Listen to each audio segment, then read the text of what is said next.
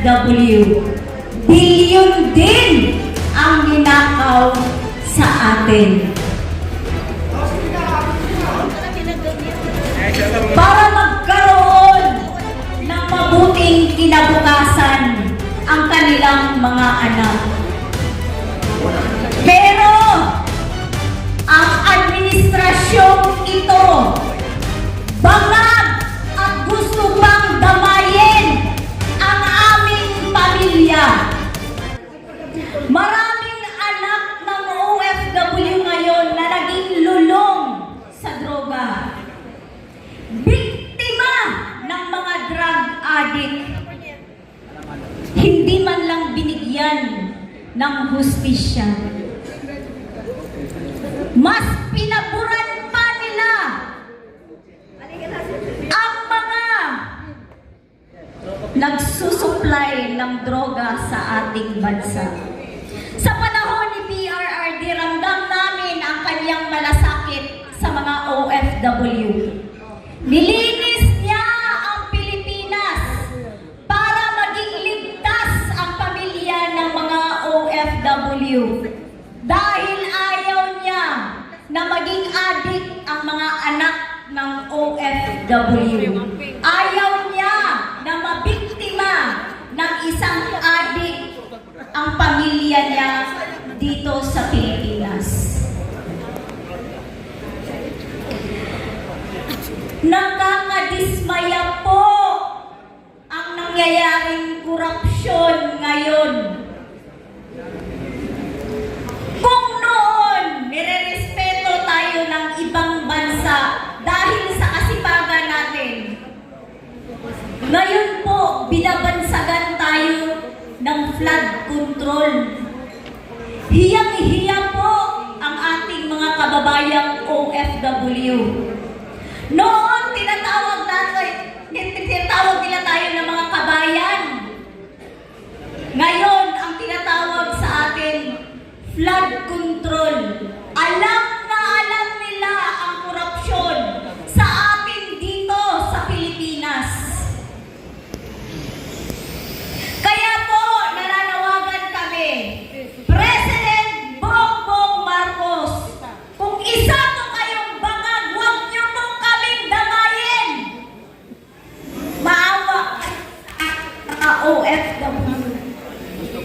Bumaba po kayo sa pwesto dahil hindi po kayo karapat-dapat na maging presidente namin. Sana po ang mga Pilipino, suportahan natin kung ano ang nasa batas. Kung bababa man si President Bongbong Marcos, succession of position ang kailangan at walang ibang leader na nakita namin na may malasakit sa kapwa kundi si TV Inday Sara lang. Siya ang kailangan namin. Siya ang tunay na leader.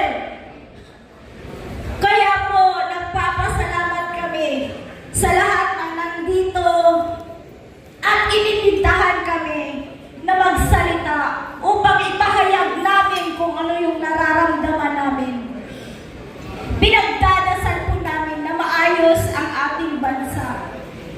Dahil tayong mga Pilipino ay likas na masipag. Sana po ipagpatuloy natin ang ating mga hinaing at panawagan na BBM resign! BBM resign! BBM resign! Maraming salamat po. Congressman Kiko Barcada Rizal. Nawawala. Habang hinihintay po natin yung President natin for Region 8, can anybody? Tell us po sir ha, kung ready na po kayo, tapos tingin po namin. Sir Ed? Kain. Ayan. Sir Ed, yung tanong po natin, ano po ang pwede nating makomment dun sa suspension, 60-day suspension po ni Congressman Kiko Barzaga? boss. Nakamute kayo. Sir Ed, nakamute po kayo. Nakamute kayo, nakamute. Okay, yung tanong po natin, sir, is... Okay. Ito. Naririnig ko po yung Okay. tanong. Yung tungkol kay Congressman Kiko Barsaga. Yung ginawa po ng ating Kongreso, against po tayo doon. Dahil part po yan ng freedom of expression ni Congressman Barsaga.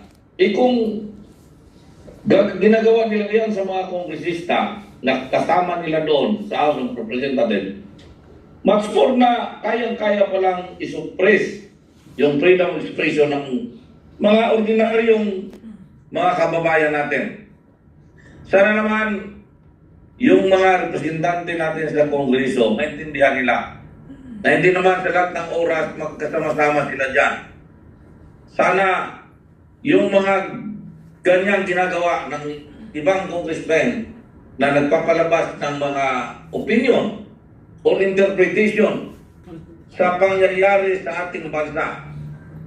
Sana or dapat irespeto ng ating mga kapwa, mga kongresista o kapwa kongresista ni Congressman Barsaga.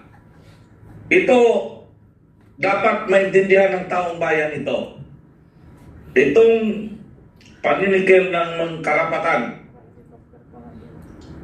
ng isang kongresista na nagpapahayag lang ng kanyang interpretation or assessment sa mga nangyayari sa ating bansa.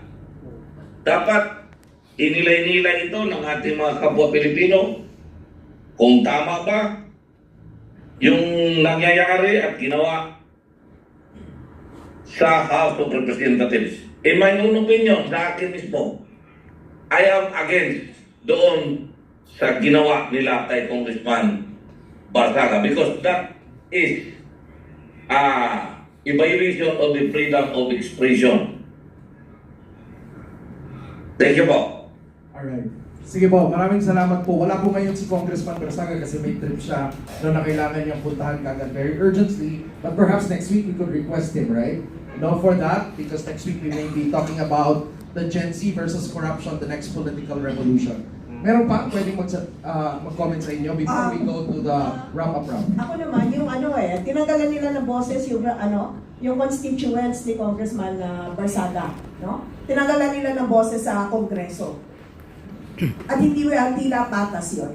Wala silang karapatan na tanggalin yung yung boses na kinakatawan ni Congressman Barsaga. Lalong-lalo na dito sa mga deliberasyon. Importanteng deliberasyon, pati sa budget, di ba? Kasama yan dyan. Wala silang boses ngayon. Sa susunod po yan. Sabi nga po ng ating pong yung pinagmamalaking si Kamalu Tikia, sabi niya hanggat may 6 tayong panimula. May 6 na tayong panimula sa pagbabago sa House of the Representatives. House of the Representatives. Oh. Okay. Pero itong 6 na to, bibigyan nating diin, si Kong Barsaga, Kong Leviste, Kong Marcoleta, Kong Nazal, Kong San Fernando, at Kong Suntay. Tapos yung 4 ay si taga Davao. Can you name me? Mga Duterte, Paulo Duterte, tapos yung si Ungab, tapos yung 3 Duterte.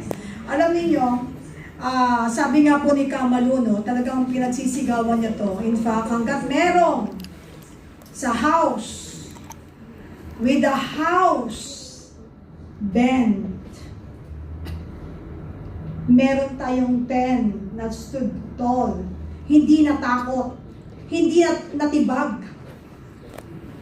talagang nanindigan, maliwanag pa rin ang ating future. So, walang mawawala ng pag-asa, lalo't hanggang nandyan ang mga vloggers talaga na sumusuporta at mga media. Kasi, we are suppressed to express lahat ng mga nasa puso natin at nakikita natin. But it will not stop us standing tall and fighting for what is right for our country. Kung ito ay turing nila, ang problemang ito ay problema lang ng palasyo, gawin nila yon pang pamilya. Pero hindi natin ito pwedeng pabayaan bilang Pilipino dahil mahal natin ang ating bansa, mahal natin ang Pilipinas. Sa akin naman po, objective ganito. Hindi pwedeng sabihin na mali yung ginawa ng Kongreso. Kasi in a democratic society, the will of the majority prevails. Nasa rules po nila yon na pwedeng mag-suspend ang 2/3 ng Congress. Pero meron pong prinsipyo yan. Meron din pong pangyayari na yung taong kalaban mo nagsiself-destruct. Kung maalala niyo po si Mahatma, si Mohandas Gandhi. Nung araw, nung buhay si Mahatma, pagka ayaw siyang pakinggan, ang ginagawa niya, nagka-hunger strike siya. Diba? Dito, hindi na kailangan na gawin mong bida si Kiko. Yung Kongreso na ang gumawa sa kanya na maging hero. Diba? So, pasalamatan natin yung, hindi ko alam kung anong term doon, katangahan o whatever, diba? Yung ginawa na yun ng Kongreso dahil ginawa nilang sikat si Kiko Barsaga, lalo na nilang pinalaki o pinatingkad yung ginagawa nila against sa Pilipino. Tanong. Ayan. Ay, teka, may tanong pala. Sige, mamaya na ako magano. Tanong lang. Diyan na.